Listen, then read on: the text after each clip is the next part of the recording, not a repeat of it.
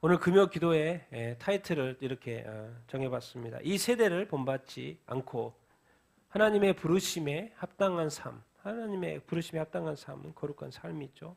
하나님의 부르심에 합당한 삶을 사는 또 우리가 돼야 되겠다 하던 그런 마음으로 우리가 또 이런 타이틀을 이렇게 정해봤습니다. 방금 찬양의 가사처럼 그 하나님의 나라에 합당한 하나님의 사람으로서 합당한 삶은 뭐겠습니까? 이 거룩과 의입니다. 의에 줄인 사람들, 의에 줄인 사람들, 의롭게 살기를 늘 위해서 늘 노력하는 그런 어떤 사람들.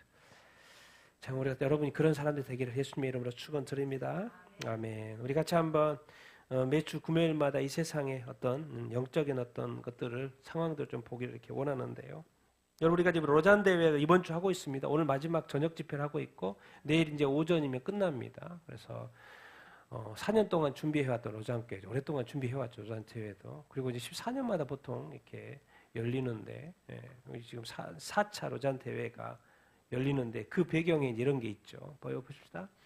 동서고는 합법화가 2000년도에 들어와서 정말 이 기독교 선진 국가들이 다 이렇게 동성결혼에 합법화된 어떤 상황 이렇게입니다. 그러니까 지금 로잔 대회에 참석하는 많은 기독교 교회 지도자들이 그 나라의 문화가 뭐요? 선진 기독교 선진국들 뭐죠? 기독교 국가였던 나라들이 지금 다 동성 문화가 아주 일반화되어 있는 나라에서 오는 교회 지도자들이 많다는 거예요. 왜? 2000년대부터 그것이 너무나도 저희가 됐기 때문에. 여러분 정말 미국 연합감리교회 UMC 미국 연합감리교회 목사님이십니다. 지금 현재 활동하고 있는 목사님. 어떤 교회에 왔나 봐요. 그래서 올랜도에 있는 연합감리교회에서 지금 사역하고 있다고 말씀을 이렇게 하고 계십니다. 거기에 참석한 거기에 이제 지금 집회인지 모임인지 교회이고 다 하나님 이야기죠. 예수님 사랑한다 그러고 예수님 좋아한다 그러고 또 예배하기 위해서 모였습니다. 그런데 이제 뒤에 계시는 분도 다 이렇게 어떤 분이신지 근데 앞에 나와 있는 사람이 이제 목사님 말씀하시는 거예요. 자기가 이제 개인으로서 자랑스럽게 게이로서 말할 수 있는 것이 너무 감사한다는 것이죠. 그러니까 이 시대가 이제 뭐가 문제냐면은 성경에서 죄라고 말하는 것에 대한 죄를 옛날에는 죄를 회개해야 된다는 관점이 있었는데 지금 뭡니까? 그냥 죄 가운데 예배하는 거예요. 죄를 가지고 예배하는 거예요. 이제 우리가 이런 것을 조심해 이런 걸 보면서 조심을 해야 됩니다. 아, 죄 가운데서도 예배할 수 있구나. 성경에서 죄라고 말하는 것에 대해서 우리가 그냥 넘겨버리고 왜? 내가 그 죄에 있으니까 내가 나를 정죄할 수 없잖아요. 그러니까 그런데도 하나님을 믿고 예수님을 믿고 아, 우리가 이렇게 예배할 수 있구나. 이런 것을 우리가 생각을 해봐야 합니다. 이제 뭡니까? 이 나라들이 2000년대에 들어와서 막 우수수수 나라들이 동성결혼이 합법화되다 보니까 이것이 어디에 영향을 준 거예요? 교회에.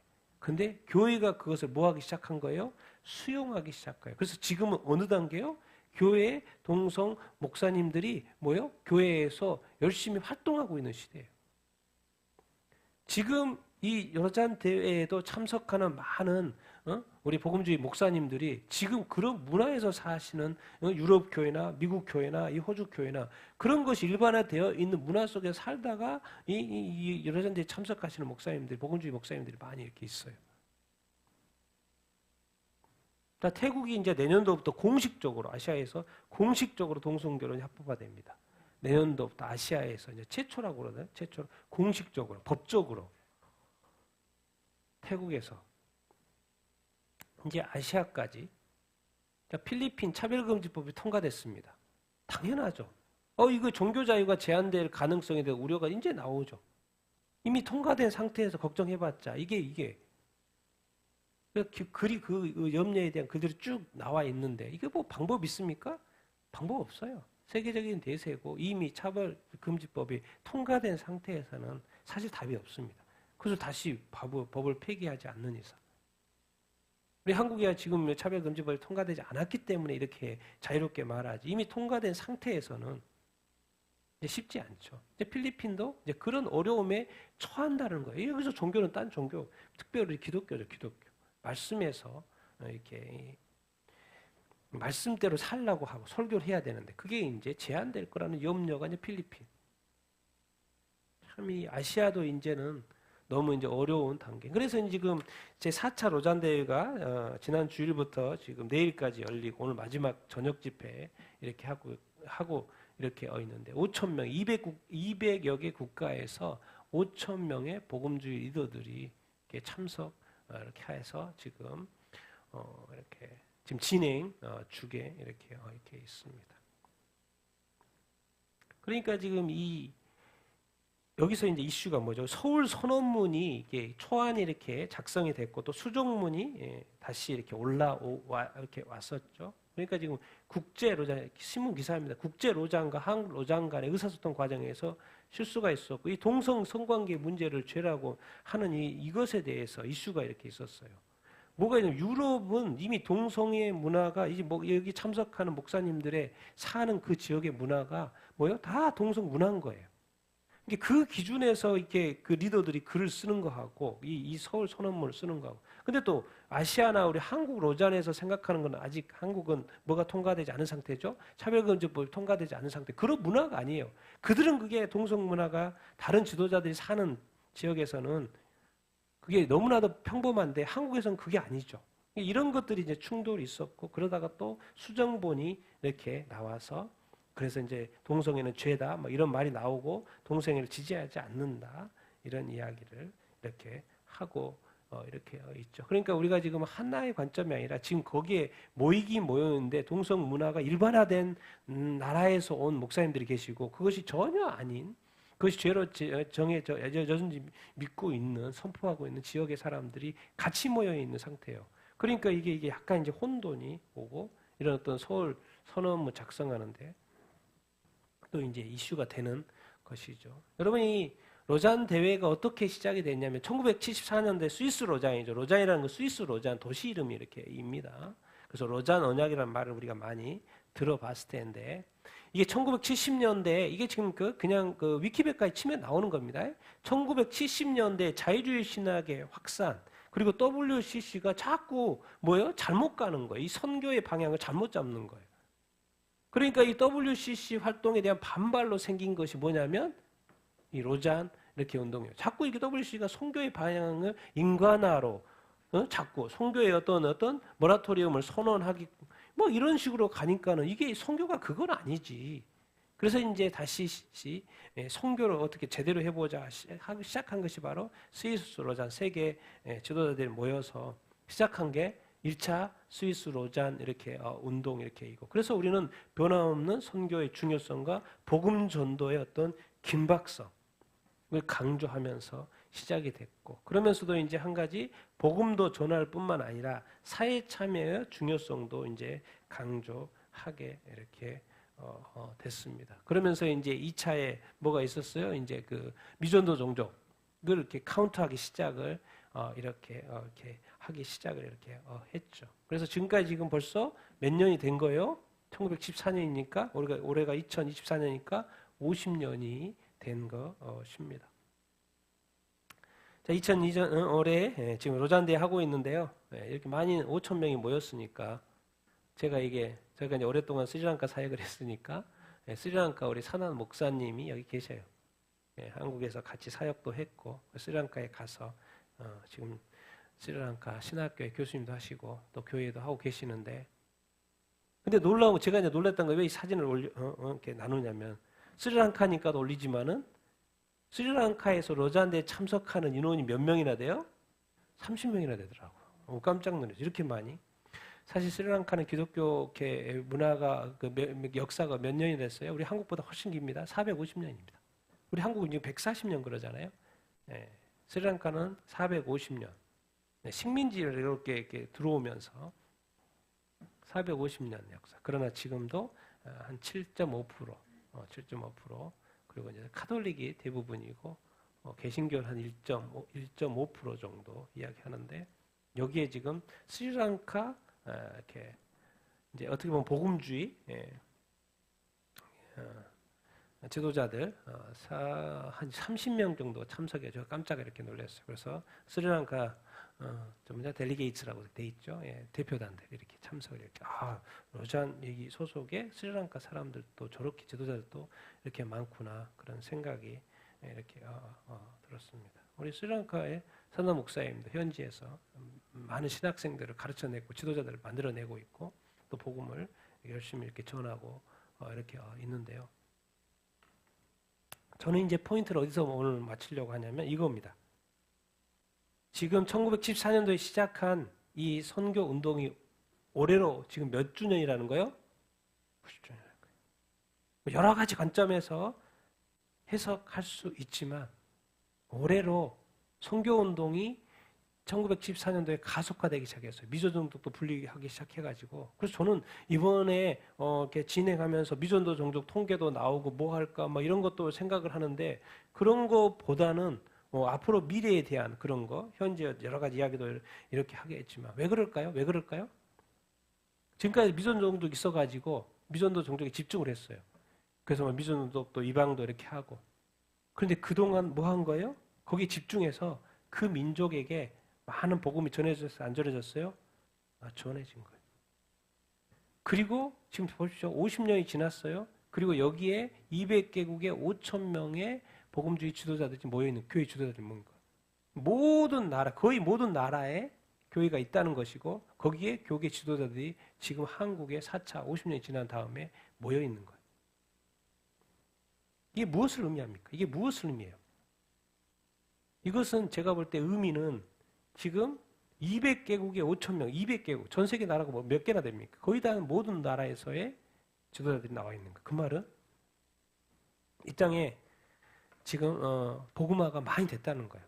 지금은 복음화가 안 된 나라가 아니라 복음화율이 낮은 나라가 많은 것이지 민족이 있는 것이지 복음화는 많이 됐다. 왜? 이게 이 4차 이 로잔데이가 이렇게 보여주는 그런 어떤 의미가 아닌가 그런 생각. 제가 또 나중에도 이렇게 하겠지만 그래서 저는 이번이 로잔데이 50주년이라는 그 희년이죠, 희년. 50주년 기념 행사도 이렇게 하고 했는데 앞으로 여기서 참 이런 단어 우리가 유심히 볼 수 있습니다.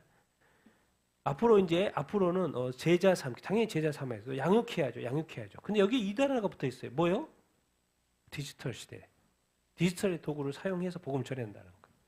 이것을 무시하면 안 된다. 왜? 세대 자체가 디지털 세대고 이 사회 자체가 무슨 시대라는 거요? 디지털 시대이기 때문에 이제 디지털 도구를 이용하여서 복음을 전해야 된다는 방향이 선교적이니까 복음의 방향을 지금 제시하고 이렇게 있습니다. 여러분 그런데 이렇게 지금 복음이 전해지는 상황, 이런 상황에 지금 교황이 싱가포르에서 무슨 말을 한 거예요? 모든 종교는 어디에 다 이룰 수 있다? 하나님께 이룰 수 있다. 내용 보면 다른 종교도 하나님께 다 나아간다. 언어가 다른 것처럼 그런 것이다. 쉐이커 교인이든 무슬림이든 힌두교이든 기독교인들도 다 그들도 하나님께 이르는 뭐다? 다른 길일 뿐이다. 지금 기독교가 우리가 보통 80억 중에서 25억이라고 하는데 그게 절반이 카톨릭입니다. 근데 그 카톨릭의 수장이 지금 말하는 거예요. 그러면 다른 종교에도 뭐가 있다는 거예요? 구원이 있다는 거예요. 그러니까 예수님이 아니고서도 다른 종교도 구원받을 수 있다는 이야기를 지금 싱가포르 가서 한 거예요. 이것이 이제 논란이 됐죠. 그래서 기사화 됐고. 그러니까 힌두교인도 무슬림도 그러면 뭐가 필요 없는 거예요? 전도할 필요가 없는 거죠. 왜? 거기에도 구원이 있으니까. 이런 식으로 말을 한 거예요. 당연히 논란이 되겠죠. 될 수밖에 없었고. 그럼 이제 우리가 고민해 봐야죠. 정말 그런가? 정말? 진짜 다른 종교에도?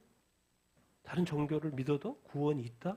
아니 지금 12억의 종교 이렇게 탑이 지금 지도자가 말하니까 여러분들 어떻게 생각합니까?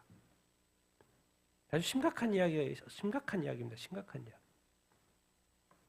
그래도 미국 이게 이 카톨릭에도 이걸 또 반발하다 축출된 분이 계시는데 이 주교 거의 이단 취급하고 이단적 발언이다. 그것은 교황이 예수 그리스도만이 유일한 길이라고 말을 해줘야 되는데 그렇게 하지 않고 마치 다른 종교인도 구원을 하나님이 다 이룰 수 있다, 구원받을 수 있다는 식으로 말하는 거 이거 이단적 거 아니냐 이렇게 하는 분이 계셨나 봐요. 그래서 축출 당하신 분이 계셔요.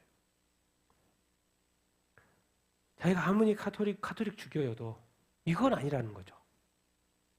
그럼 복음 전할 필요가 없죠. 다른 종교에도 구원이 있다고 말해버리면.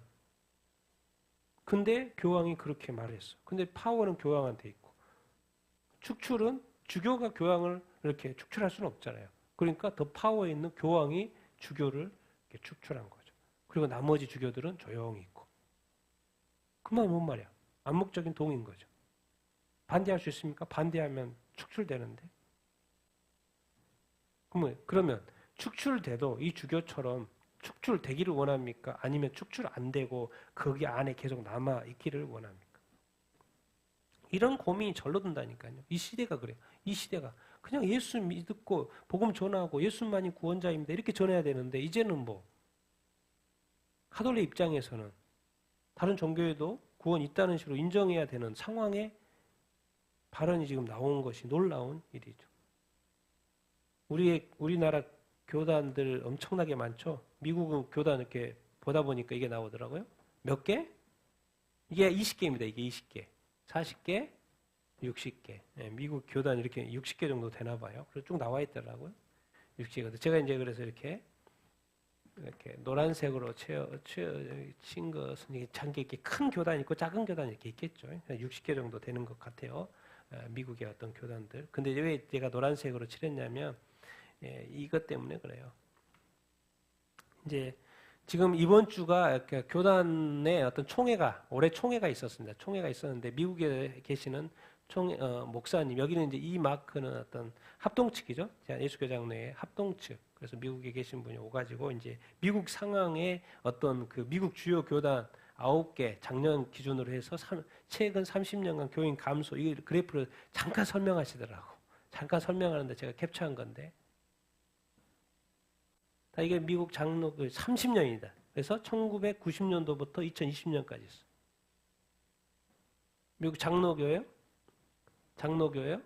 그리고 뭐요? 여기는 그리스도 연합교회, 여기는 루터란 교회, 여기는 UMC 우리가 요즘에 한참 이슈되는 UMC 교회. 그리고 여기도 장로교. 여기는 침례교. 여기 베프티스트 B가 있으니까 침례교. 여기는 장로교. 여기도 장로교. 여기 PC잖아. PC USA, PCA 아메리카. 장로교. 여기서 빠져나온 또 장로교. 그리고 여기는 성공회. 여기서 미국에서 가장 큰 교단, 미국의 남침례교단. 그래서 처음부터 내리지 않고 올라가다가 2000년대 후반부터 2000년, 2010년도부터 내려오기 시작했어요. 제일 큰 교단. 그리고 이제 두 개가 큰 올라가고 있는 교단이 있어요. AOG 많이 들어보셨죠? 어셈블리 오브 갓. 이거 뭐죠?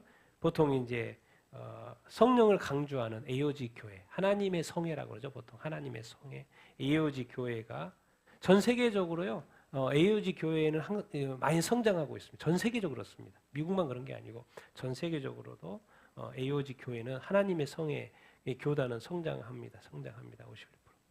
근데 이제 여기가 장로교고 여기서 나온 장로교라 그랬죠. 근데 여기 성장하고 있죠. 사실 이제 자세히 보면 이 장로교는 너무나 작은 교단이에요. 100만 명도 안 되는 작은 교단인데 이게 성장하고 있는 거. 그러니까 전반적으로는 지금 미국이 1990년도부터 다 뭐 하고 있어요? 교인들이 다 감사하고 있어요. 심지어 이제 가장 큰 남침례 교단조차도 이제 하고 있어요. 좀 더 가까이 여러분 안 보여서 보이지만 이게 150만 명, 여기는 500만 명 이런 단위가 있어요. 300만 명 단위가 있어요. 900만 명, 여기도 뭐요? 1,600만 명. 이게 제일 크다는 거죠. 이런 단위가 지금 잘 있고 0.35, 100만 명도 안 되는 그런데 이제 성장하고 이렇게. 근데 큰 교단들은 지금 미국의 교단들은 지금 9개 주요 교단들은 지금 감소하고 있는 것을 이렇게 이렇게 주셨어요. 그러니까 근데 이제 그분은 자기 장로교인데 장로교가 성장하고 있다는 그런 표현을 이렇게 쓰신 것인데 여러분 미국의 교회가 1900년도부터 성장하지 않고 남침례 교단만 빼고 다 내려오기 시작하고 지금 감소. 그게 감소. 그리고 지금은 이것이 뭐까지 이제 동성애 이슈까지 붙어가지고 더 감소하고 있다라는 그런 이야기를 하신 것이고, 미국은 그렇고 한국은 2024년 기준으로 몇 명? 828명. 앞으로 이제 줄을 것이다. 이제 그런 이야기를 이렇게 하는 거고, 이게 이제 의미가 있어서 우리 이제 수도권 서울, 경기, 인천에 몇 프로가 있는 거예요? 60%가 다 몰려 있는 거예요. 다 밑에는 30%, 10%, 14%고 강원도는 몇 프로? 2.6%밖에 안 돼. 보고마율이 되게 낮죠? 강원도는 2.6%밖에 안 돼. 그래서 우리가 이제 인식할 거 서울과 경기와 인천에 이 대부분 몰려 있다는 거예요. 몇 프로까지? 60%까지 몰려 있다. 이건 이제 우리가 이제 정보 차원에서 우리 그리스도인들의 분포도가 어떻게 되나 이제 그런 차원에서 제가 지금 그래프를 같이 보는 것이고요. 그러니까 결국 이제 이 그래프 상으로 보면 우리가 부흥은 꿈꾸지만은 계속해서 어떻게 된가요? 결론은 감소예요. 이게 이제 어떤 식의 어떤 부흥이냐는 거죠. 어떤 식이에요. 이게 전체적인 어떤 것에서는 계속 감소할 것이고, 근데 이제 부분적인 부흥이 있겠죠. 부분적인 부흥은 이렇게 있어. 미국도 다 감소해도 또 교단은 또 부흥하고 이렇게 있고, 부분적인 부흥이 이렇게 있는 거죠. 그러나 전체적인 기독교는 지금 뭔가 쇠락하고 있다. 우리가 그런 감을 이렇게 가져야 하죠. 자, 우리가 이제 선교 시대 하는데 이제 이 한국에서 제일 큰 교단인 장로교 통합입니다. 이번에 총회 했는데 뭘 신설했어요? 뭘 신설? 이주민 선교사. 지금까지는 이 교단들이 다 선교사하면 해외에 나가서 타문화권에서 선교하는 걸 선교라고 했는데, 이제는 이 총회에서 뭐까지 신설한 거예요? 국내 이주민 선교사를 선교사로 초칭하기 시작한다니까요. 공식적으로.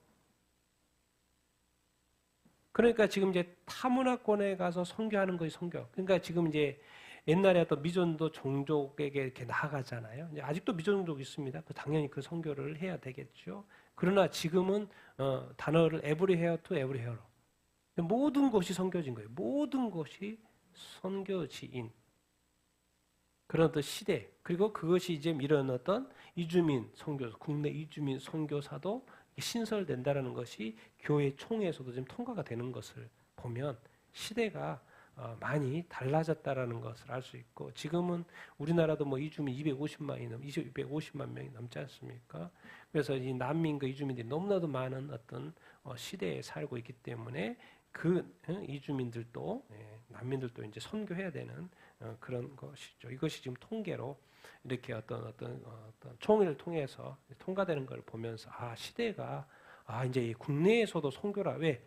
그 대상이 누구기 때문에 타문화권이기 때문에 이것도 선교라고 이제 공식적으로 교회에서도 인정하는구나. 이제 이런 흐름이 있다라는 것을 우리가 이렇게 알면 이렇게 좋겠고, 여러분 우리가 이제 전에도 이렇게 보여드렸지만 작년 세계 성경 번역 늘 이렇게 이제 봐야 돼. 왜 이제 복음이 많이 전해졌다라는 그것을 어떻게 알 수 있냐면 총 74억입니다. 2003년도에 어떻든 74억이 총 언어를 사용합니다. 그래서 근데 지금 성경을 가지고 있는 인구가 몇 명이나 돼요? 74억 중에서 72억. 그러니까 성서가 없는 사람이 몇 명이라는 거예요? 1억 8천밖에 안 돼요. 74억 중에서 성서가 없다고 하는 사람이 1억 8천이요. 74억 기준으로. 그러니까 지금 언어가 사실 7,396개라고 나와 있는데 지금 3,686개가 성경이 번역됐고 성경이 번역 안 된 게 3,710개예요. 10으로 보면 절반으로 언어로 아직 성경이 번역되지 않았죠. 그런데 절반이나 보면 아이고 절반이나 아직도 성경이 번역을 해야 된단 말이야? 라고 이제 놀라고 할 수도 있지만 사실 이 3,700개의 언어는 몇 명에 해당하는 거예요? 2억 정도 되는. 그러니까 말이에요. 언어는 많지만 그 말은 이제 우리가 유추해 볼 수 있죠. 그 성서가 없는 민족은 뭘 할 거란 거예요? 아주 소수 종족. 3,000개의 언어, 3,700개 언어를 가진 아주 소수 종족들의 언어로 된 성경이 번역되지 않았구나. 네, 우리가 그것을 추측해야 되고 전체적인 입장에서는 거의 90% 넘게 지금 이미 다 성소를 가지고 있다. 이 통계에 의하면은 성소 없는 것이 74억 중에서 1억 8천이니까 그냥 20개 2억으로 이렇게 한다면 말이죠. 그러니까 지금 제가 이런 것을 이렇게 보는 것은 전 세계 지금 로잔 대회 200개국에 5천 명의 교계 복음주의 교계 지도자들이 참석했다라는 것은 무슨 의미냐면은 뭐예요? 많이 복음화가 됐다라는 거예요. 그리고 그 교계 지도자들이 한국에 이번에 같이 모였다라는 거예요. 그리고 이런 통계로 봐도 이제 이 숫자적으로만 봐도 아주 소수만이 성경 번역. 그렇지만 이제 언어 숫자로 보면 커 보이지만은 사실 사람 숫자로 보면 아주 적은 숫자만이 성서를 안 가지고 있다는 이 개념을 우리가 가져야 하죠. 그만큼 복음화가 많이 진행이 됐다. 이제 그 인식을 하자라는 거예요. 자, 그 다음에 이제 하나님의 시간표는 성경에서 보면 어디 기준으로 돌고 있어요? 네, 이스라엘입니다. 한국이 아니고 이단들 막 한국 기준으로 막 나타나가지고 뭐 한국에서 뭐 이런 다 거짓말이고요. 성경에서의 하나님의 시간표는 어디 기준으로? 이스라엘 기준으로 돌고 이렇게 있습니다. 이번에는 이제 어디 공습해요? 헤즈볼 이렇게 많이 공습을 이렇게 했습니다. 그래서 지금 하마스를 이렇게 괴멸할 위기 이제 거기에 다 됐고 이제는 어디까지? 헤즈볼라까지. 왜냐하면 이제 이스라엘의 입장에서는 이제 이 이스라엘 북부에 사는 사람들이 다 지금 이동되어 있죠. 왜? 여기에 지금 계속 미사일이 떨어지니까. 그래서 이제 북부에 있는 사람이 다시 집으로 돌아가게 하기 위해서 뭐 헤즈볼라와를 이렇게 친다. 그런 이야기도 이렇게 하고 여러 가지 뭐 이유를 대겠지만 어쨌든 지금 헤즈볼라하고의 근데 이제 헤즈볼라도 인원이 한 4만 명밖에 안 됩니다. 정규군도 아니고. 근데 이스라엘은 정규군이죠. 20만 정규군이 있고. 이게 사실 붙으면 이란이 도와주지 않으면 이게 이길 수가 없는 구조죠. 그런데 그리고 이제 이스라엘군이 어디까지 근데 하려고 그래요? 지상전까지 지상 이제 군인이죠. 지상군까지 투입하려고. 저는 이 흐름이 왜 있을 것 같냐면 전 나름대로 이제 이스라엘 측에서 무슨 생각이 있을까요? 10월 7일 1주년이거든요. 1주년. 뭔가 더 큰 성과를 내려고 하지 않나 그런 생각도 해봐요. 개인적으로는 10월 7일 다음 주죠. 10월 7일 날 되기 전까지 뭔가 좀 더.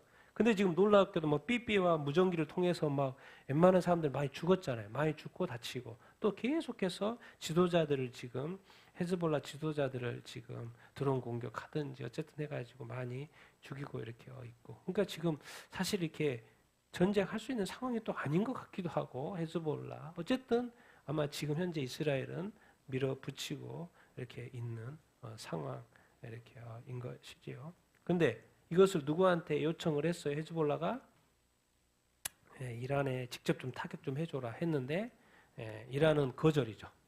지금은 적절한 타임이 아니다. 왜요? 이분이 만약에 여기에 개입을 하면은 자기가 개혁파 대통령인데 옛날 똑같은 대통령과 똑같은 입장이 돼버리는 거예요. 그러면은 이 가치가 이분의 어떤 가치가 떨어지는 거죠. 오히려 누구하고 이렇게 대화하려고 그래요? 미국하고 대화하려고 그래요. 우리 지금 이런 어떤 협약들 다시 재가동할 수도 있고 미국과 대화하고 왜? 뭐 때문에요? 지금 이란의 경제가 너무 망가져 있어서 그것을 다시 일으켜 세우려고 하는 입장인 거 이분의 어떤 입장은. 그러니까 이 전쟁도 전쟁이지만은 지금 자기 대통령이 된 또 찍어준 사람들의 어떤 대변인도 있기 때문에 여기에 가는 것보다는 전쟁에 개입하는 것보다는 빨리 있던 이런 어떤 제재들을 풀고 또 이렇게 이런 어떤 경제가 회복되도록 노력하는 어떤 입장 또 그것을 바라는 국민들이 찍었기 때문에 자기는 어떻게 이쪽으로 그래서 헤즈볼라가 이란에게 요구를 해도 거절하는 이 상황. 그러면서도 이제 마음은 그러겠죠. 사실은 도와줘야 되는데 또 도와줄 수 없는 이 상황이겠죠. 안 그렇게 안 도와주고 싶겠습니까? 하마스나 헤즈볼라는 다 누구야? 이란이 도와주고 이렇게 그래가지고 후티도 그렇고 다 이란이 도와주는 쪽인데 이렇게 사실 거부하는 것도 마음이 아플 거예요. 그런데 지금 이게 같이 이제 입사해 버리면 왜? 뭐 또 있어요 지금? 무슨 생각을 하는 거예요? 뭘 또 기다리는 거예요? 대통령 선거를 기다리는 거예요. 미국 대통령. 한 달 후에 미국 대통령 선거 결과를 지금 기다리는 거예요. 왜? 해리스는 어디 입장인 거예요? 친이란 쪽이고 트럼프는 친이스라엘 쪽이고. 그러니까 트럼프가 되면 큰일인 거고 또 뭐요? 해리스가 되면 또 이제 될지 안 될지 모르니까 두고 보고 지금 아주 애매한 상황이에요. 거기에 지금 이스라엘은 밀어붙이고 있는 거죠. 근데 밀어붙이는 게 이스라엘도 지금 계산이 있는 거죠. 선거 앞두고 함부로 또 이렇게 뭐 달라들지 못할 것도 생각 아마 하지 않을까.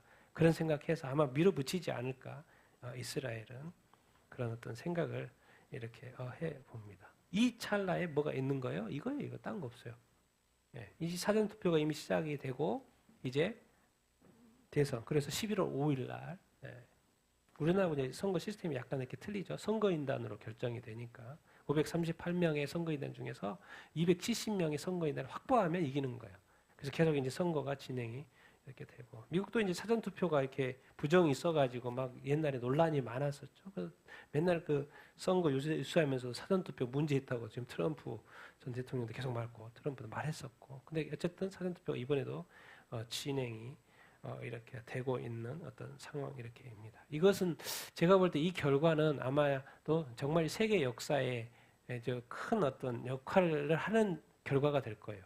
해리스가 돼도 그렇고 트럼프가 돼도 이렇게 그렇고 만약에 세계 역사가 아마 바뀔 수 있는 미국 대선입니다. 이것이 바로 지금 많은 이 이스라엘과의 전쟁하고도 맞물려 이렇게 있고 러시아 우크라이나 전쟁에도 이렇게 맞물려 이렇게 있고 많은 것이 누가 결정이 되느냐에 따라서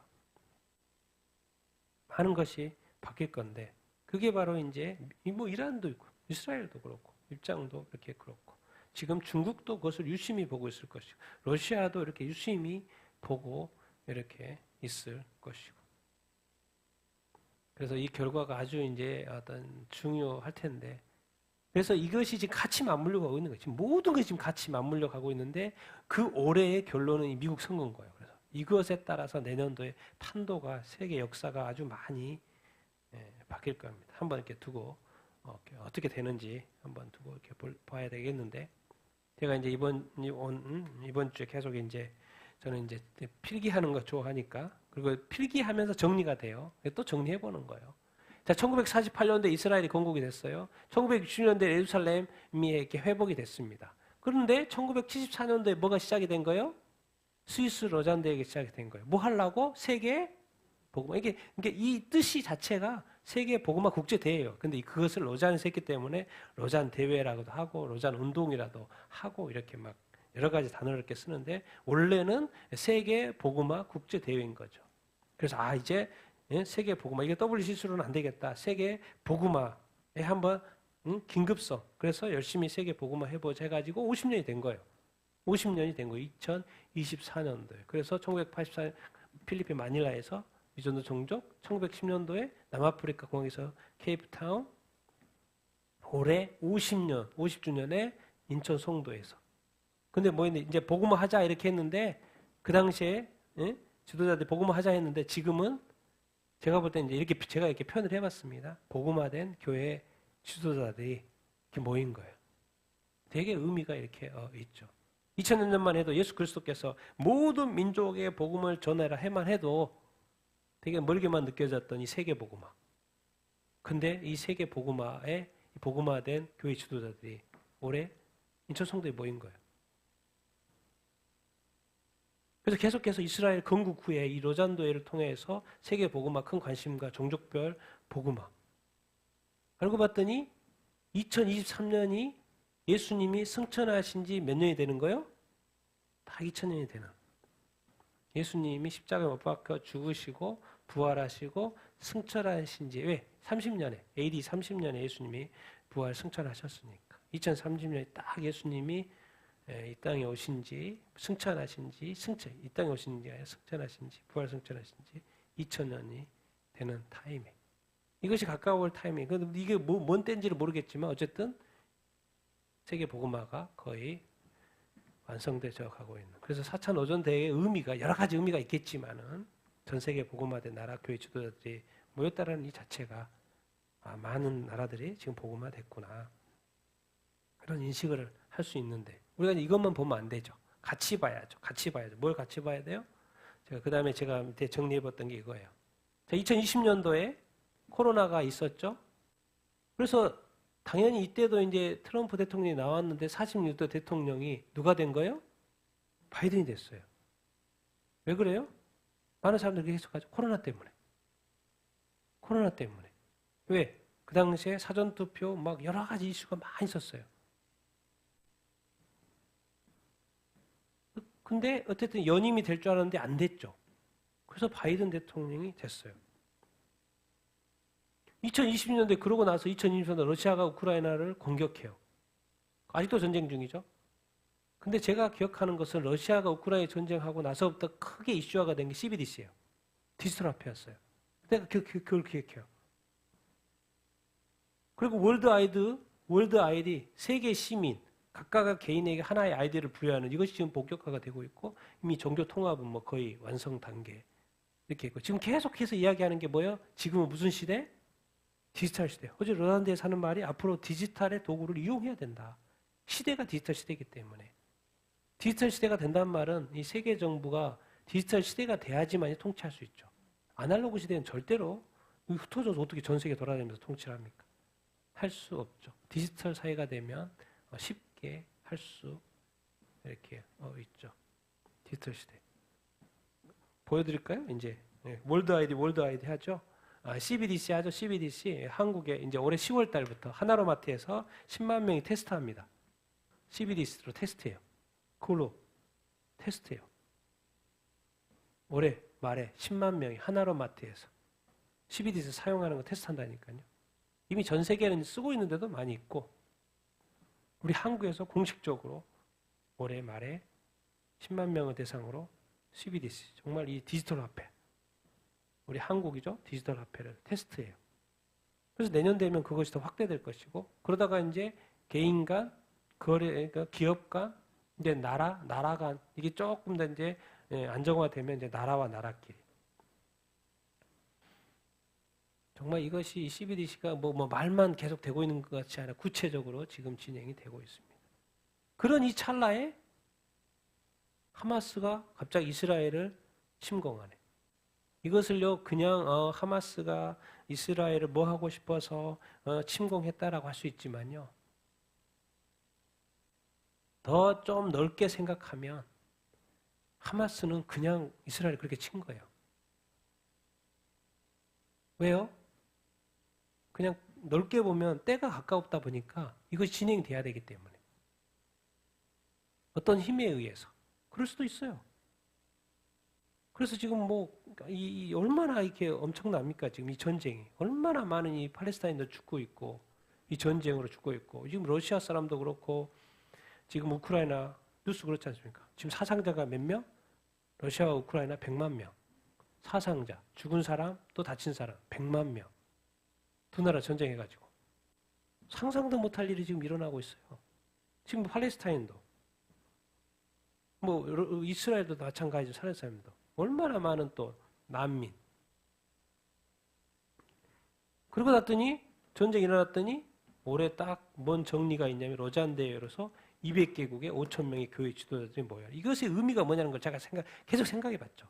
도대체 4차 로잔 대회 한국에서 모이는 뭐예요? 근데 여기서 이제 모이는 것도 모이는 건데 제가 이제 이런 걸 보는 거. 200개국 5천 명의 교회. 200개국?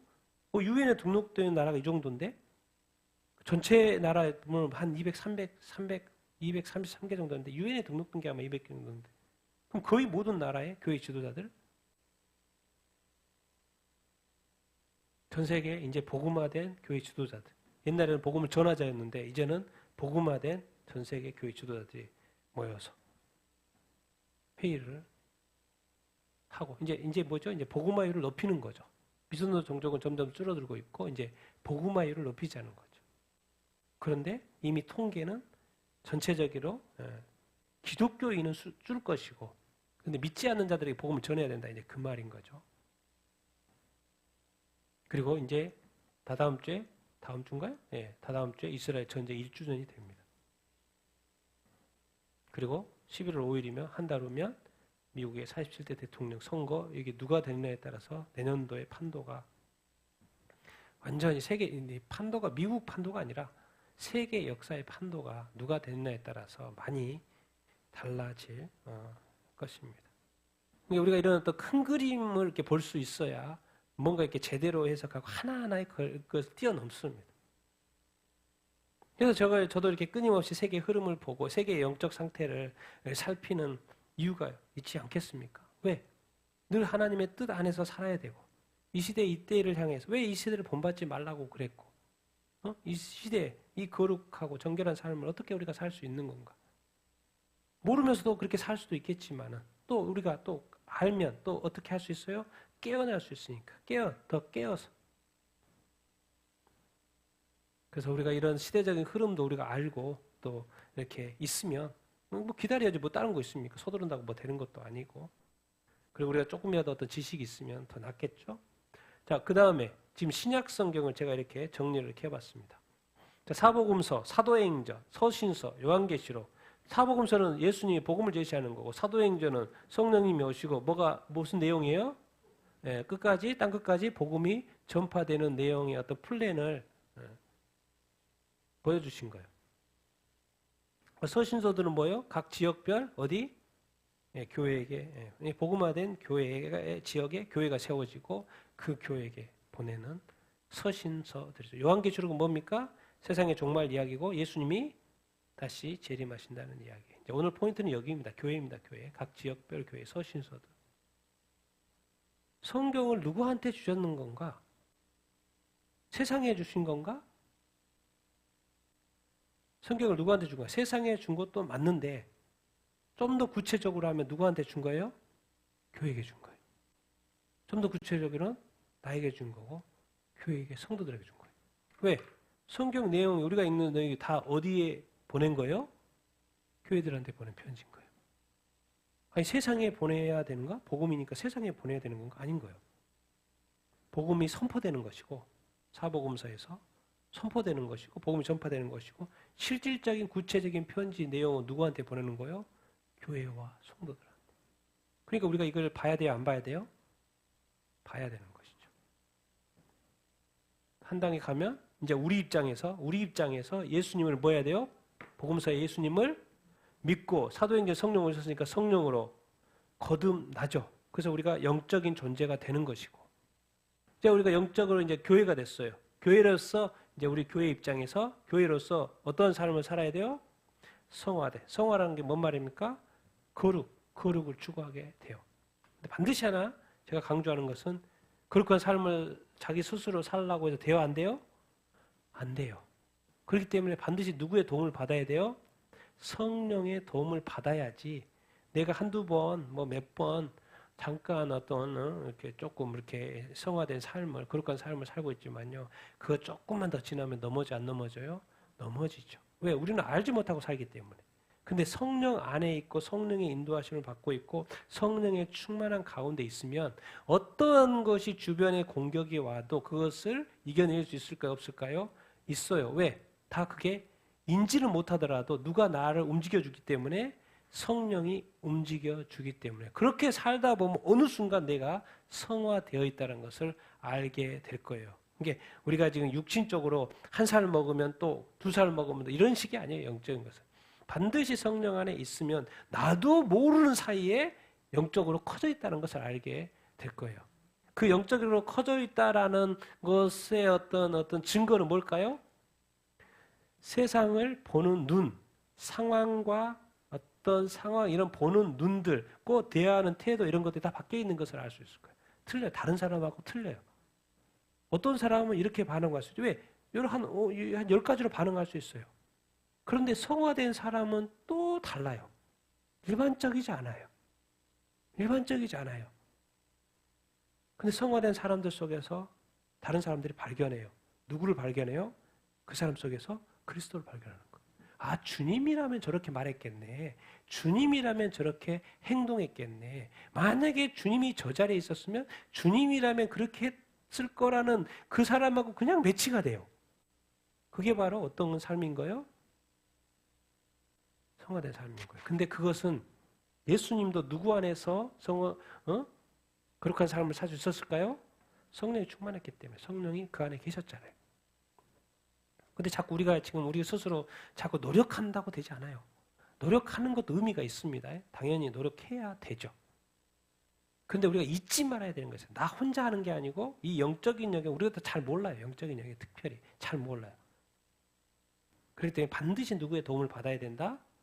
성령의 도움을 받아야 된다. 이렇게 열심히 성화된 삶을 열심히 살려고 하는 중에 주님 다시 오시면 혼인잔치하고 부활하고 또 뭐예요? 이제 어느 단계? 영화의 단계. 영화의 단계. 걱정과 근심과 염려 없이. 영화의 단계. 우리가 이제 부활하면 뭐요? 부활 단계. 우리가 변화된 몸을 가지면 이제 완전히 다른 몸입니다. 세상도 새롭게 되면 우리가 아담이 뭐죠? 타락하기 전에 에덴 동산. 그 아름다운 에덴 동산. 그런 곳이 뭐겠습니까? 새하늘과 새 땅이겠죠. 그런 것처럼 우리의 몸도 지금 타락해서 아담의 어떤 죄 지은 몸이 이제 다시 부활을 통해서 변화된 몸이 뭐예요? 영화 단계. 완전 새롭게 된 몸 단계가 이렇게 있습니다. 그 단계까지 우리는 이 땅에서 교회로서 어떤 삶을 살아야 된다? 성화된 삶을 살아야 될 줄 믿습니다. 이걸 좀 더 이제 쉽게 이야기하면 이렇게 되는 거죠. 예수 믿고 뭘 받아야 돼요? 물세례, 우리의 죄를 고백하고 죄인임을 고백하고 예수의 이름으로 뭘 받아요? 물세례를 받죠. 성령 이야기하니까 무슨 세례도 받아야 돼요? 성령으로 거듭나는 성령 세례를 받아야 되죠. 이제 교회로서 성화된 삶을 살기 위해서는 반드시 두 개가 필요해요. 뭐요? 첫째, 말씀. 말씀이 뭐예요? 길이에요. 길. 그리스도인이 가야 될 길. 거룩한 길. 생명의 길. 의의 길. 하나님 나라의 길. 예수의 길. 그게 다 뭐가 제시해요? 뭐가 다 가르쳐줘요? 말씀이 가르쳐줘요. 그러니까 우리가 그리스도인은 열심히 사는데 어디 안에서 말씀을 보고 열심히 뛰어야지 말씀도 안 보고 뛰면 안 됩니다. 그리고 늘 누구의 도움을 받아야 돼요? 성령에서. 왜? 우리가 아직 영적으로 거듭났고 영적인 세계를 알지 못하고 영적인 존재가 됐는데 아직 그 영적인 삶에 대해서 익숙하지 않아요. 왜? 아직 여전히 뭘 가지고 있기 때문에 육체를 가지고 있기 때문에 그러니까 죄가 더 역사할 확률이 더 높습니다. 그렇기 때문에 철저하게 성령의 인도하심과 성령의 충만함을 받아야 돼요. 그래야지만이 우리가 뭐한 삶을 살 수 있어요? 순종한 삶을 살 수가 이렇게 있습니다. 그래서 답은 말씀과 성령이에요. 말씀과 성령. 그리고 이것도 이렇게 치우쳐서도 안 됩니다. 반드시 문제가 생깁니다. 반드시 문제가 생겨요.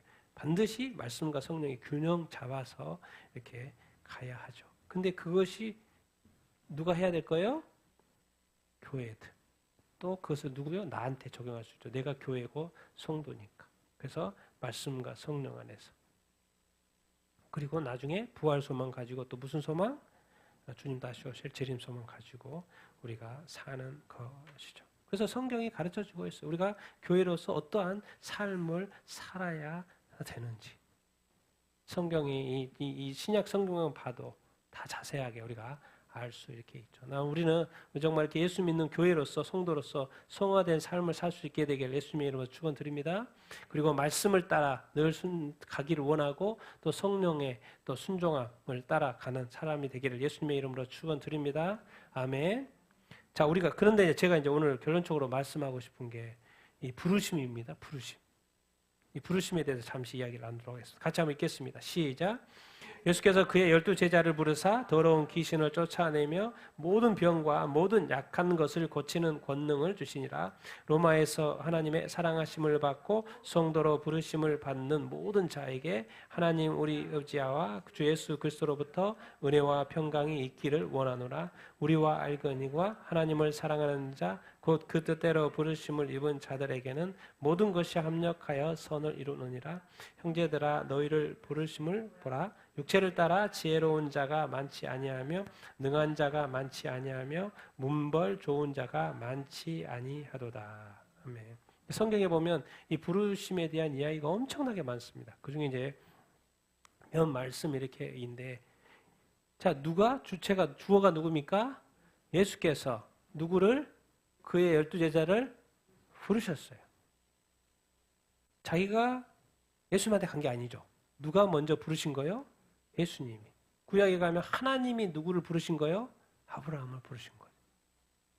아브라함이 하나님을 몰랐죠. 그러니까 부를 수도 없죠. 먼저 아신 예수님이 12제자를 불렀어요. 그런데 이제 이건 뭐 12제자고. 그런데 로마 교회 말하는 거예요. 하나님의 사랑하심을 받고 누구로 불러봤다는 거예요? 성도로. 이 땅에 예수 믿는 모든 그리스도인, 이 성도, 그 사람들은 어떤 자인 거예요? 하나님께서 부르신 자인 거예요. 이 성도라는 것이 엄청나게 중요한 단어죠. 거룩한 자라는 거예요. 예수 믿는 우리 이 신자라고 했죠. 이거를 뭐로 보는 거예요? 성부, 성자, 성령. 이제 우리를 보고 뭐라 그런 거예요? 성도로 불렀다라는 거예요. 어마어마한 이 단어입니다, 사실. 부르신 바. 누가 불러준 거예요? 하나님이. 성도라고 우리를 불러줘요. 예수 믿으면 성도라고 불러줘요. 여러분, 하나님을 우리가 목사로 이렇게 부르심을 받고, 이제 선교사로 부르심 받고, 특별히 부르심 받은 거 있는데, 우리가 이제 항상 일반 성도들도 알아야 됩니다. 다 뭐 한 거예요? 성도로 뭐 한 거예요? 하나님이 부르심 받은 거예요. 하나님이 다 부른다는 거예요. 그래서 이 성도의 직분은 아주 중요하게 생각을 해야 합니다. 그래서 이 하나님을 사랑하죠. 성도라는 거 하나님을 사랑하죠. 그래서 하나님의 뜻대로 부르심을 입은 자들에게는 모든 것을 합력하여 뭘 이뤄요? 선을 이뤄요. 이제 누가 작동하기 시작해요? 성도에게는 누가 함께 하셔요? 하나님이 함께 하시죠. 그래서 한 가지 분명히 기억해야 될 것, 형제들아, 너희를 부르셨는데 이 육체적인 관점에서 한번 봐보자. 너희가 지혜로워서 부른 게 아니다. 또 능력이 많아서 부른 것이 아니다. 또 뭐요? 공부 열심히 잘해가지고 부른 것이 아니다. 심플해요. 그냥 하나님이 너희를 사랑해서 그냥 부른 거예요. 지혜가 없어도, 무식해도, 능력이 없어도, 힘 하나도 없어도, 또 공부 하나도 안 해도 무시하면 안 됩니다. 그 누군가를 내가 무시하는 그 사람이 하나님을 부르시면 뭐가 돼버리는 거예요? 성도가 돼버리는 거예요. 그래서 우리가 함부로 사람들을 이렇게 판단해서는 이렇게 안 되죠. 중요한 거는 이 그리스도인들은 교회에는 누가 부르시는 거예요? 목사님뿐만 아니라 모든 성도를 누가 부르신다? 하나님. 이 부르심이 아주 중요하다는 거예요. 아주 부르세요. 우리가 예수님 자꾸 믿는 것 같죠? 그 이상이라는 거예요. 그 이전에 누가 먼저 불렀다는 거예요? 하나님이 그래서 복음이 전해졌더니 그 부르심에 응답하는 거예요. 너무 자기중심적으로 생각하다가는 안 되죠. 하나님이 나를 불렀구나라는 이 관점을 우리가 늘 가지면서 살아야 될 줄로 이렇게 믿습니다. 그러면 그 부르심에 합당한 삶이 있을 거 아니에요? 당연히 성경에도 말씀하고 있죠. 같이 읽겠습니다. 시작. 형제들아 너희는 각각 부르심을 받은 그대로 하나님과 함께 거하라. 형제들아 너희가 자유를 위하여 부르심을 입었으나 그러나 그 자유로 육체의 기회를 삼지 말고 오직 사랑으로 서로 종노릇하라. 푯대를 향하여 그리스도 예수 안에서 하나님이 위에서 부르신 부름의 상을 위하여 달려가노라. 이는 너희를 부르사 자기 나라와 영광에 이르게 하시는 하나님께 합당히 행하게 하려 함이라. 믿음의 선한 싸움을 싸우라. 영생을 취하라. 이를 위하여 내가 부르심을 받았고. 자, 여기 보면 형제들아 너희는 각각 부르심을 받았다. 각각 부르심을 받단 말이에요. 각각 부르심에 틀리다, 안 틀리다? 다르다라는 거예요. 다르다는 거. 나를 부르신 그 부르심이 다르고요. 또 다른 사람을 부르신 부름이 다르다는 것을 늘 인식하면서 살아야 합니다. 그러니까 남의 부르심에 대해서 절대 부러워하면 안 됩니다. 하나님은 그렇게 부르지도 않는데 남의 거 부러워하고 시간 낭비하면 안 됩니다. 1달란트가 있고 2달란트가 있고 5달란트. 하나님이 거기에 맞게 하신 거예요. 근데 자꾸 서로 부러워하면서 시간을 이렇게 보낼 필요는 없습니다. 자기의 부르심이 무엇인가를 알고 거기에 부르심에 합당하게 행하면 됩니다. 대신에 각각의 부르심 모든 사람은 누구와 함께 거해야 돼요? 하나님. 한 달란트도 하나님과 함께, 두 달란트도 하나님과 함께, 다섯 달란트도 하나님과 함께. 그러니까 지금 내가 예수님 믿고 교회 다니는데 중요한 건 뭐예요? 내 부르심도 중요한데 이 부르심 가운데 항상 누구와 함께하는 것이 중요하다? 하나님과. 내가 지금 하나님을 사랑하는가?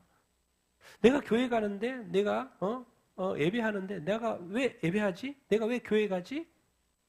먼저 누구를 생각해야 돼요? 내가 어떤 의무를 뭐 이렇게 행하는 것도 있겠지만 내가 누구를 사랑하기 때문에 가는 거예요? 하나님. 내가 누구에게 감사하기 때문에 하나님께 감사하기 때문에 내가 하나님을 사랑하기 때문에 가는 거예요. 그래서 예배하고 싶고 찬양하고 싶고 경배하고 싶고 또 하나님께 기도하고 싶고. 그러니까 항상 이 부르심에는 항상 누가 함께하고 있다는 거 잊어버리면 안 돼요. 하나님을 잊어버리면 나는 하나님 때문에 신앙생활하는 것이고 하나님이 나를 사랑하셔서 구원하셨고 하나님이 또 늘 함께 하신다고 말씀하시고 하나님이 예수 그리스도를 보냈고 하나님이 성령을 보내셨고 그리스도 안에서 성령 안에서 하나님 안에서 내가 신앙생활. 그래서 내가 하나님을 뭐 계명도 보니까 먼저 하나님 사랑하라 그러는 것이네. 두 번째 이웃을 사랑하는 것이네. 이웃을 사랑하기 전에 먼저 누구를 먼저 사랑해라? 하나님을 사랑하라는 거예요. 그때 많은 사람들이 탈라는 거 뭐예요? 하나님은 사랑 안 하고 이웃을 사랑하려고 해요. 이웃을 열심히 사랑하라도 시험 들어요, 안 들어요? 시험 들죠. 왜? 뭐가 지금 잘못됐다는 거예요? 하나님을 사랑하는 그 사랑으로 충만해져 있으면 이웃을 사랑하기가 쉬운데 자기 어떤 저기로만 이렇게 사랑하려고 하니까 한계에 부딪혀요, 안 부딪혀요?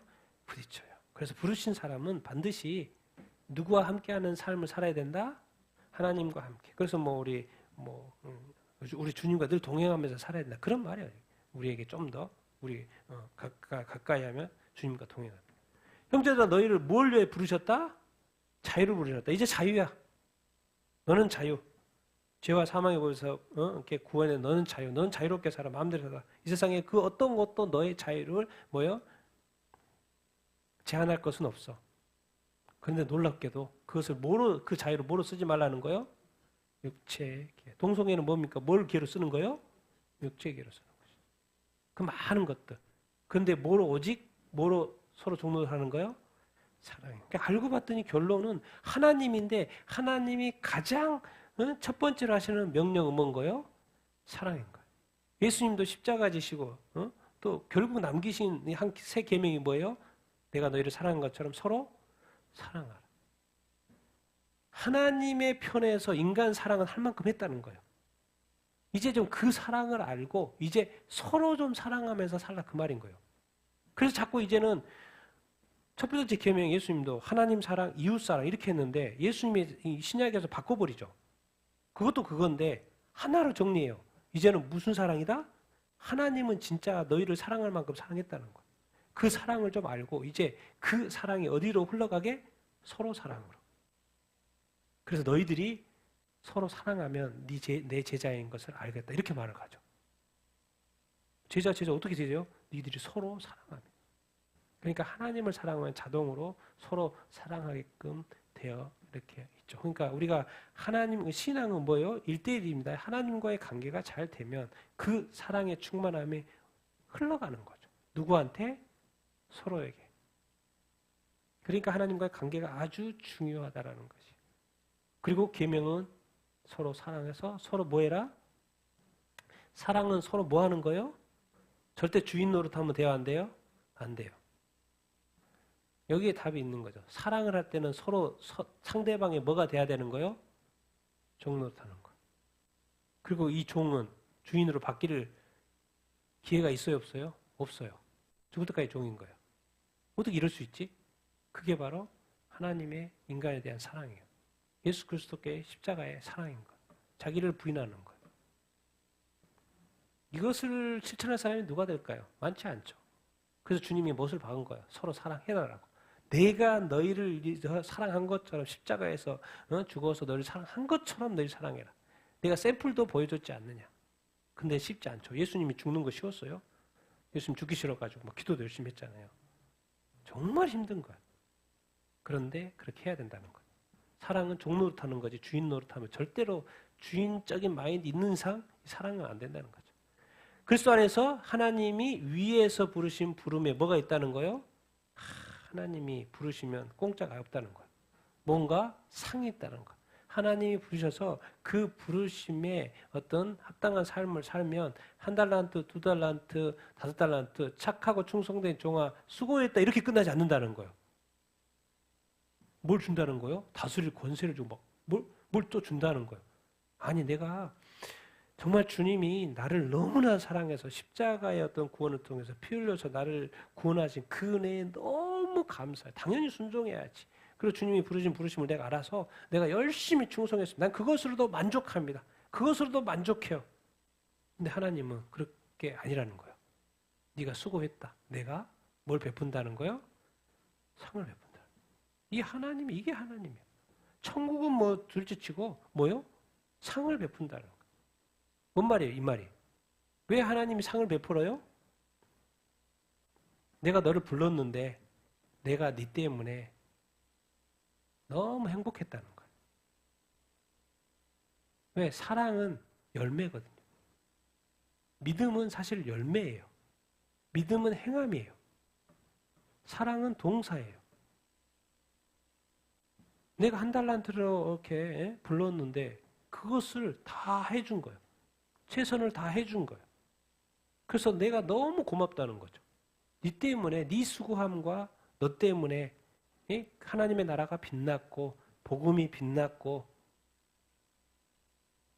그래서 하나님이 또 어떻게 보면 또 감사하고 예수 잘 믿은 것도 감사하고 그래서 어떤 그 부르심의 수고의 대가 상을 베푸신다. 너희가 부르소요. 어디 나라에 이르러요? 당연히 하나님의 나라. 당연히 들어가죠. 예수 잘 믿으면 당연히 들어갑니다. 하나님 왜 부르셔서 우리 천국 들어가게 하려고 그 영광에 이르게 하려고. 하나님의 나라 영광 이르게 하시는 너희를 부르셨어요? 하나님께. 하나님의 나라 들어가시게 하실 분이 하나님이겠죠? 근데 그분께 어떻게 행해야 된다? 합당히 해야 된다. 이 땅에 하나님 믿기 때문에 믿는 사람으로서 교회 다니는 사람으로서 성도로서 또 직분을 가지면 직분자로서 뭐하게 살아야 된다는 거요? 이 단어를 꼭 잊으면 안 돼요. 뭐하게? 합당하게 행하면서 살아야 된다라는 그러니까 우리 착각하는 거는 교회에 다니는 것이 신앙생활이라고 생각하면 안 됩니다. 하나님께 합당하게 행하면서 사는 것이 이 부르심에 충족해주는 삶인 것이죠. 그래서 이 합당하게 내가 늘 생각했는데 나는 하나님이 보시기에 그 부르심에 합당한 삶을 내가 지금 살고 있나? 그리고 이 하나님의 부르심에는 우리가 이런 단어를 쓰고 있어요. 믿음을 가지고 있죠. 근데 이것은 무슨 싸움이에요? 영생을 우리가 취하는데 영생을 당연히 취해야 되겠죠. 이것은 뭐 하라는 거예요? 이런 단어를 부르심에 뭔 단어를 붙여놨어요? 싸움이라는 거예요. 싸움. 치열할 거라는 거예요. 믿음을 가지고 이 부르심에 합당한 삶을 사는 것은 엄청나게 치열한 전쟁일 거라는 것을 가르쳐주고 있어요. 그렇기 때문에 전쟁이기 때문에 네가 공격자가 돼서 싸우지 않으면 안 된다는 거예요. 절대로 방어자만 돼서 너는 패배자가 될 건데 근데 네가 싸우는 무기는 뭐 해야 된다는 거예요? 선해야 된다는 거죠. 악을 악으로 갚으면 된다 안 된다? 안 된다는 거예요. 악은 철저하게 버리고 뭐로? 선한 싸움을 해야 된다. 선한 싸움을 해야 된다는 거. 그게 바로 부르심이라는 거. 그리고 부르심에 합당한 삶을 살아야 된다. 근데 여기서 끝났으면 좋겠죠. 이것도 힘들겠는데? 근데 이런 부르심이 있어요. 이런 부르심이. 같이 읽어보겠습니다. 시작. 오직 너희를 부르신 거룩한 이처럼 너희도 모든 행실에 거룩한 자가 되라. 악을 악으로 욕을 욕으로 갚지 말고 도리어 복을 빌라. 이를 위하여 너희가 부르심을 받았으니 이는 복을 이어받게 하려 하심이라. 부당하게 고난을 받아도 하나님을 생각함으로 슬픔을 참으면 이는 아름다우나 선을 행함으로 고난을 받고 참으면 아름다우니라. 이를 위하여 너희가 부르심을 받았으니 그리스도도 너희를 위하여 고난을 받으사 너희에게 본을 끼쳐 그 자체를 따라오게 하려 하셨느니라. 아멘. 우리가 너무나도 익숙한 하나님은 거룩하신 분, 그래서 너희 모든 행실에 뭐한 자가 되라? 거룩한 자가 되라. 신구약 성경에 하나님 예수 그리스도가 거룩하신 분으로서 항상 거룩한 행실로 나타나셨죠. 내가 너희에게 거룩했던 것처럼 너희도 모든 행실에 뭐한 자가 되라? 거룩한 자가 되라. 하나님의 그 신실하심 따라서 하나님은 끝까지 거룩을 지켰죠. 너희도 내가 거룩한 것처럼 너희도 모든 행실에 거룩하라. 악을 악으로 욕을 욕으로 갚지 말고 오히려 뭘 빌어줘라? 복을 빌어줘라. 이것은 성화된 사람, 많이 성숙한 사람만이 할 수 있죠. 근데 말씀하세요. 이를 위해서 너를 뭐 했다는 거예요? 불렀다는 거예요. 불렀다는 거예요. 그런데 그 부르심에 합당하게 우리가 행하지 않으면 그것도 슬픈 일이죠. 더 놀라운 것은 네가 부당하게 고난을 받을 수 있다는 거예요. 그런데 그때 누구를 생각하라는 거예요? 하나님을 생각하라는 거예요. 그리고 그 엄청나게 부당한 고난을 받아서 막 울고 불고 난리예요. 슬퍼요. 근데 그걸 뭐 하라는 거예요? 참으라는 거. 도대체 이 기독교인으로서 부르셔가지고 어디까지 요구하시는 거예요? 네가 슬픔을 당할 거라는 거예요. 고난 당해서 엄청 울 거라는 거예요. 아플 거라는 것까지도 알고 있어요. 근데 그때 뭐 하라는 거예요? 참는 것이 아름다운 거죠. 근데 한 가지, 누구를 생각해야 되고? 하나님을 생각하고. 자, 선을 행하면 이상하게 뭘 받아요? 고난을 받아요. 요즘 같은 세상 그래요. 근데 그때 뭐 해야 된다고? 참아야 된다. 그거 뭐하다? 참지 않으면 뭐가 돼버린 거예요? 아름답지 않게 된다는 거예요. 이게 약간 정상적이지 않은 삶이에요. 정상적이지 않는 삶이에요. 이를 위하여 너희가 부르심을 받았으니 그리스도도 너희를 위하여 뭘 받았다? 고난을 받았다. 너희에게 뭘 끼치려고? 본을 보이려고 그런 것이라는 거예요. 예수님 십자가에 못 박은 게 그게 그냥 단순히 우리의 죄를 위해서 죽인 것도 있지만 사실은 이 고난에 본을 보이려고 했던 거예요. 고로 너희도 그 자체를 뭐하게 하려고? 따라오라. 그래서 예수님 말씀하시죠. 네가 나를 따라오려거든 자기를 부인하고 자기 십자가를 지고 따라. 그 말이에요 지금. 내가 십자가에 고난을 받아서 너희를 위하여 고난을 받아서. 그러니까 뭐예요? 상대방을 위하여 고난을 받는 거예요 지금. 예수님이 자기 자신을 위해서 고난을 받는 게 아니죠. 자기 죄 때문에 고난을 받는 게 아니고 상대방 때문에 고난을 받는 거예요. 이것을 이해하시겠습니까? 나는 내가 고난받는 것만 생각하는데 상대방 때문에 고난을 참아주는 거예요. 참으라가 있는 거예요. 그래서 슬퍼도 참으라는 거예요. 누구를 위해서? 상대방의 고난이기 때문에. 네가 지금 당하는 고난은 네 고난이 아니고 네가 틀렸다는 이야기가 아니고 네가 부족하다는 이야기가 아니고 네가 어리석다는 이야기가 아니고 네가 받는 고난은 상대방의 고난. 상대방의 그 고난을 감내할 수 없기 때문에 네가 대신 받는 거라는 거예요. 그러니까 그 고난은 뭐 할 수 있어야 된다? 참아야 된다. 그것이 뭐하다? 아름답다. 근데 어떻게 참아요? 말도 안 되죠. 반드시 누구를 생각함으로? 하나님을 생각하고 그리스도를 생각함으로. 완전히 고도의 삶입니다. 이 그리스도인의 삶은 그냥 육체적으로 반응하고 뭐 이래버리면 끝나. 그냥 서로 왕노로 대라 사랑해라 뭐 이 정도로 하면 좋겠는데 고난까지 건드려요. 고난까지. 그러면서 예수님이 진짜 고난 섰죠. 부르심. 이를 위하여 너희가 부르심을 받았다는 거. 참 고난으로 부르심 받았다니까요. 말도 안 되는 이야기를 좀 하고 있어요. 하여튼 인간을 좀 구원하셨으면 좀 자유롭게 하시고 편하게 살 수 있고 평안을 주시고 그러셔야지. 고난을 자꾸 우리로 하여금 감당하게 하시고 참으라 그러고 슬퍼도 참으라 그러고 고난을 받아 참으라. 근데 부당하게 고난을 받고 있는데도 참으라 그러면 그건 좀 주님이 좀 이렇게 너무하신 거 아닙니까? 라고 말할 수 있는데 뭘 하는 거예요? 주님의 말씀은 참으라는 거예요. 그게 이제 이 참으면서 뭘 느낄까요? 네, 예수님의 십자가를 우리가 알게 되는 거예요.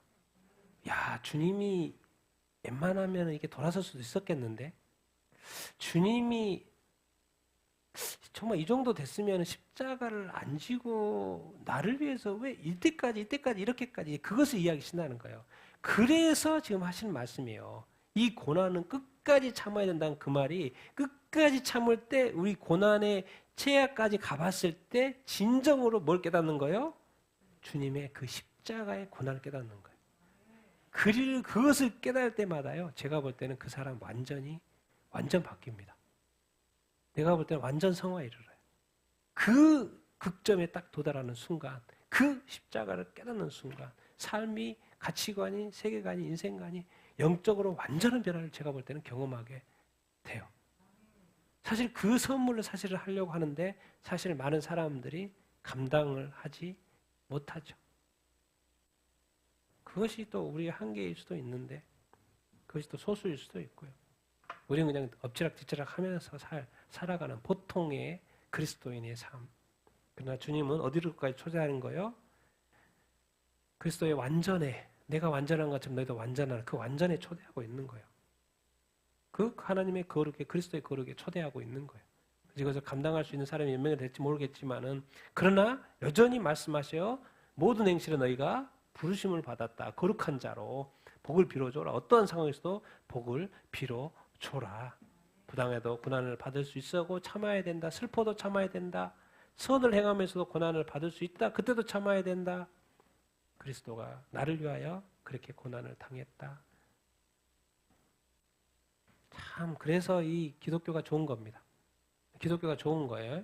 기독교 좋은 왜? 주님이 뭘 보여줬기 때문에 그렇게 살라고 하면 어떻게 살아요? 그렇게 하겠는데 주님이 말해요. 그렇게 말할 때마다 나를 봐, 나를 봐, 나를 봐. 내가 살았던 복음서 읽어봐. 딴 거 없어. 내가 나의 죄 때문에 고난받는 거야. 너의 죄 때문에 내가 이런 삶을 살았어. 그렇게 말씀하시죠. 근데 예수님도 근데 읽어보면 그렇게 생각하면 내가 이렇게 살기가 쉽지 않다는 건 뭐겠습니까? 주님도 사실 살기 힘드셨겠구나. 주님도 정말 살기 힘드셨겠구나. 그런데 주님은 뭐 하신 거예요? 하나님의 명령도 있고 우리를 사랑하셔서 주님은 뭐 하신 거예요? 참으신 거예요. 그러다가 너무 힘드니까 겟세마네에서 죽으라고 기도한 거예요. 피땀 흘리면서 죽으라고 기도한 거예요. 그렇게 해서 그렇게 감당할 수 있었던 거예요. 사실 그리스도인의 삶은, 거룩한 삶은, 성화된 삶은 절대로 쉬운 것이 아닙니다. 그리고 또 고난까지 있는 삶이라는 것을 우리가 기억해야 합니다. 자꾸 고난을 빼고 회피하고 버리고 이렇게 감당 안 하려고 돌아가려고 하니까 자꾸 문제인 거지. 주님은 없어요. 그냥. 그래서 쉽지 않다는 거죠. 그러나 항상 누구를 생각함으로? 하나님을 생각함으로, 그리스도를 생각함으로. 또 가능하다, 안 가능하다? 가능하다. 감당할 힘을 주신다, 안 주신다? 주신다. 감당하려고 해야지 감당할 힘을 주지. 감당도 할 마음도 없으면 맨날 감당할 힘을 줄 일이 없죠. 감당하려고 한 자체가 없으니까. 내가 주님 감당하겠습니다. 나에게 감당할 힘을 주십시오. 그러면 그때 주겠죠. 그렇게 기도해야 된다는 거예요. 근데 많은 사람들이 이것을 피하게 되라는 자꾸 기도를 하니까 감당할 힘을 안 주죠. 그러니까 피하려고 해도 피해집니까? 안 피해지죠. 그러니까 피차 어려워요. 본인도 어렵고 주님도 어렵고. 그러니까 아무것도 안 돼요. 아무것도 안 돼. 그냥 돌고 도는 거예요. 고통도 받고 주님의 역사도 없고 뭐 그런 거예요. 그렇게 그냥 주님의 영광도 없고. 그런데 이상해요. 이 땅의 삶은. 특히나 기독교는, 교회는 고난에 들어갈수록 더 하나님이 영광 받으셔요. 그리고 정말 더 하나님을 이해하게 되고 더 그리스도의 사랑을 이해하게 돼요. 이 아이러니. 진짜 그래서 더 기독교는 파봐야 되고 더 살아봐야 돼요. 그래야지 진짜 보석을, 이 기독교의 진리의 성경의 하나님의 이 예수 그리스도의 성령의 보석을 발견하는 것 같아요. 내가 볼 때 그 보석을 발견하고 사는 사람은 몇 프로 안 될 것입니다. 난 여러분들이 그 하나님의 보석을 경험하게 되고 또 알게 되고 그것을 또 이렇게 뭔가 좀 이렇게 이르게 되는 여러분들 다 되기를 예수님의 이름으로 축원드립니다. 아멘. 오늘 타이틀 이 세대를 본받지 말고 타락해가는 세상, 심지어 교회조차도 이 세상에 물들어가는 이 세상, 이 세대에 본받지 말고 우리 하나님이 부르셨다는 거, 성도로 부르시고 교회에 다니는 것만으로도 엄청난 부르심입니다.